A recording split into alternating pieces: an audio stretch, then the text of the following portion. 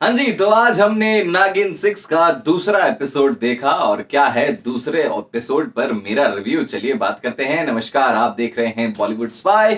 मेरा नाम है अंकुर, आप मुझे इंस्टाग्राम पर फॉलो कर सकते हैं दोस्तों। तो देखिए ये जो दूसरा एपिसोड था, इससे पहले मैं आ जाऊं पहले एपिसोड पे। पहला एपिसोड जितने फास्ट तरीके से निकला है, जितनी रफ्तार से निकला है, जितनी सारी चीजें रिवील हुई हैं पहले एपिसोड में कंपेयर टू फर्स्ट एपिसोड, दूसरा एपिसोड थोड़ा स्लो था। जी हाँ, पहले एपिसोड में हमने देखा कि प्रोफेसर प्रोफेसर जो है उसका प्रेडिक्शन भी सामने आ गया। फिर हमने देखा कि शेष नागिन की एंट्री हो गई, प्रथा की एंट्री हो गई। फिर हमने देखा ऋषभ यानी कि सिम्बा की एंट्री हो गई। उसके अलावा जो बाकी कैरेक्टर्स हैं उनका भी इंट्रोडक्शन हो ही गया था। सुधा चंद्रन का हो गया था, उर्वशी का हो गया था। तो ये सब कुछ हमने पहले एपिसोड में ही देख लिया था। हालांकि मैं फिर से कहना चाहता हूं कि भाई ये जो सुपर नेचुरल कहानियां होती हैं, इनमें थोड़ा आप दिमाग कम लगाया करिए, क्योंकि इसमें कहीं ना कहीं मेकर्स भी लिबर्टी लेते हैं। ये लॉजिक पे नहीं चलती हैं, समझ रहे हैं आप, क्योंकि ये काल्पनिक कहानियां होती हैं, काल्पनिक किरदार होते हैं, तो कहानियां भी उसी तरीके से आगे बढ़ती हैं, ये आपको समझना चाहिए। हालांकि लेकिन मैं आपसे कह रहा हूं कि कहीं ना कहीं पहले एपिसोड के कंपैरिजन में दूसरा एपिसोड थोड़ा सा स्लो लगा। लेकिन इसमें मैं मेकर्स को दोष नहीं दूंगा, क्योंकि भाई ये सीरीज है, ऐसा तो है नहीं कि कोई फिल्म है, मूवी है कि एक बार में खत्म करनी है। तो ये थोड़ा सा जो है माहौल बनाते हुए चलते हैं, थोड़ा सा ड्रैग स्ट्रेच करके चलना पड़ता है। सो यही देखने को आज के एपिसोड में मिला है। काफी सारी चीजें रही हैं जिन पर हम बात करने वाले हैं। यहाँ पे मैं स्पेशली बात करना चाहूंगा कि प्रथा का जो कैरेक्टर है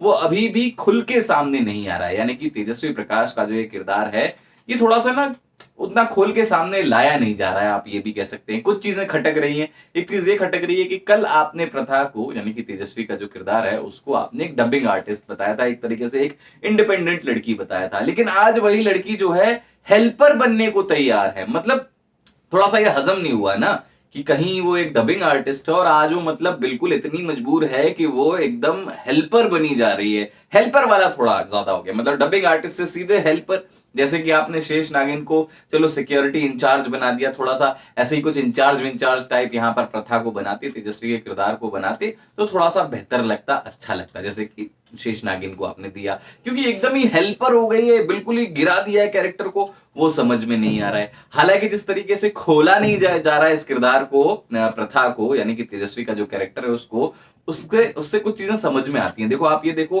कि उसको ना बहुत ही डरा सहमा दिखाया गया है, शांत रहती है, लोग इंसल्ट भी कर देते हैं तो सह लेती है। मतलब हमने देखा कि आज के एपिसोड में तीन तीन बार उसको किस तरीके से जलील किया गया, उसके बाद भी वो हाथ जोड़ती रोती गिड़गिड़ाती बस यही कहती रही कि नहीं नहीं मैं ऐसी नहीं हूं, मुझे नौकरी चाहिए। वही सारी चीजें देखने को मिली है। तो जब कैरेक्टर इतने डरे सहमे, इतने शांत, इतने इतने मतलब अन्याय को सहने वाले दिखाए जाते हैं ना, तो जरूर उनके पीछे कोई राज निकलता है, कोई बड़ा राज खुल के सामने आता है। हालांकि अभी तक प्रथा का, यानी कि तेजस्वी के किरदार का कोई राज सामने ऐसे नहीं लाया गया है। दूसरा एपिसोड खत्म हो चुका है। आपको एक और बात बता दूं कि भाई तेजस्वी प्रकाश जो है एक्टिंग बहुत बढ़िया कर रही है, शानदार कर रही है, इस बात में कोई दो राय नहीं है। वो एक्टर बढ़िया है और कहीं ना कहीं जान फूंकती हुई नजर आ रही है अपने किरदार में। हालांकि इस किरदार को अभी और खोला जाएगा, फिलहाल अभी काफी बांध के रखा है इस किरदार को, ये एक चीज माननी पड़ेगी। वहीं ऋषभ की बात करें, यानी कि सिम्बा नागपाल का जो किरदार है, ये भी फिलहाल बड़ा लूज लूज सा ये कैरेक्टर चल रहा है। आप समझ रहे हो ना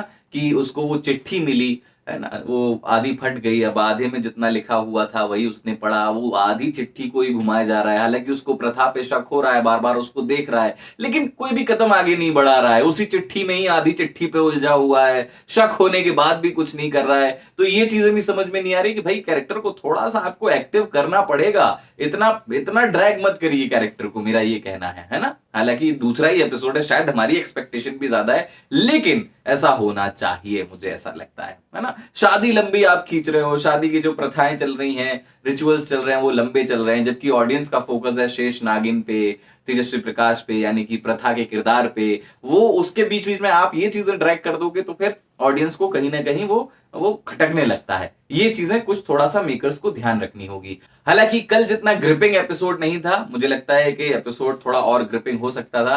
वी आर जस्ट होपिंग कि आने वाले जो एपिसोड होंगे वो थोड़े ग्रिपिंग होंगे, जैसा हमने पहला एपिसोड देखा था। ठीक है, यहां पर हम एक और चीज देख रहे हैं कि शेष नागिन आखिरी में हमला करती है वो जो सिक्योरिटी का ओनर होता है उस पे। हालांकि पता चलता है कि वो तो भैया है ही नहीं असुर।